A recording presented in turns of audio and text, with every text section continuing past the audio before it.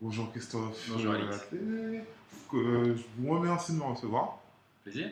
Le marché de la publicité, en Guadeloupe en particulier, est directement impacté par tout ce qui se passe. Mm. Donc, les problématiques de crise, le chômage, ce qui en découle, a une répercussion immédiate sur les investissements, que ce soit en médias ou dans les agences.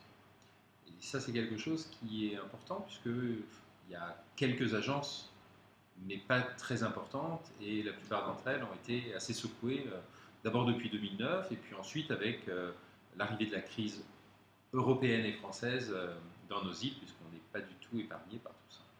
Je crois que ce que tout le monde a compris, que ce soit les agences, les annonceurs, c'est que le web et l'Internet étaient rentrés dans les mœurs et que nos clients, nos consommateurs sont aujourd'hui sur Internet une grande partie de la journée, que ce soit pour chatter ou échanger avec des amis ou pour des raisons plus professionnelles.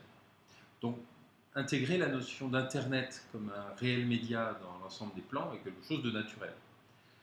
Là où il y a encore une grande avancée à faire, c'est sur les niveaux d'investissement euh, et l'utilisation même de ces nouveaux outils qui, pour certains, sont très opaques et continuent à représenter 5, 10, 15% au grand maximum des budgets investis. La priorité est en fait aux médias traditionnels qui, eux, continuent à capter une part beaucoup plus grande du budget investi. Et en période de crise, quand on a besoin de réduire ces investissements, il y a encore beaucoup des acteurs qui vont vers des choses qu'ils maîtrisent et qu'ils connaissent, plutôt que vers des choses qui sont forcément d'un coût moindre.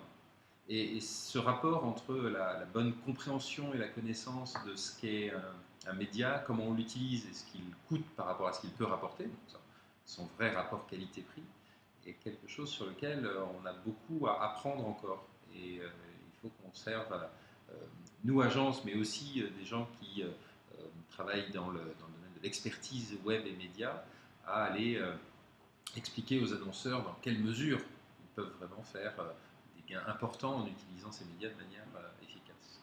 Pour parler du marketing de demain, il faut revenir un petit peu en arrière, parce qu'en fait, on a commencé il y a de nombreuses années, dans les années 60, par du mass média.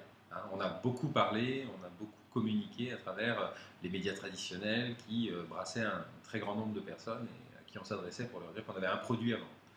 Alors aujourd'hui, les aspirations des gens vont vers des choses qui les concernent beaucoup plus individuellement, et chacun a besoin et demande à ce qu'on s'intéresse à son cas et à ce qu'on réponde à sa problématique.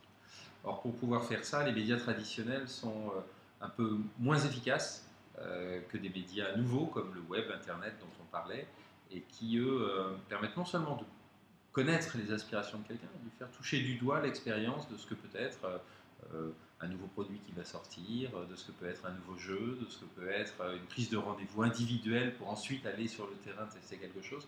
On a là un moyen formidable de rentrer en connexion entre une marque et un individu. Et je crois que c'est une des grandes avancées du marketing de demain. Oui, au moment où on parle de l'Internet et du marketing individuel, euh, il est important aussi de parler d'un phénomène qui peut paraître dommageable pour des gens qui gèrent les marques traditionnelles, mais qui est la réalité de ce qu'on vit aujourd'hui, c'est que les marques finissent par échapper à leurs créateurs ou à leurs enseignes. Et que la vie des marques tout autour de ces réseaux, Internet, utilisant le web, Facebook, Twitter, etc., euh, nécessite que la marque accepte de laisser ses propres clients se l'approprier, la faire évoluer. Et parfois, le rôle de ces influenceurs, de ces gens qui ont un grand pouvoir vis-à-vis de l'extérieur, peut être très positif ou très négatif. Et il est très important pour un marketeur de regarder sur les réseaux ce qui se dit d'une marque, pouvoir mesurer de quelle manière elle diffuse autour d'elle et quels sont les points sur lesquels elle va pouvoir travailler. Donc c'est un nouveau métier. C'est pas un métier de marketeur traditionnel. C'est vraiment un métier qui est à mi-chemin entre le veilleur, celui qui doit faire attention à, et l'influenceur, celui qui doit faire partir dans une certaine direction.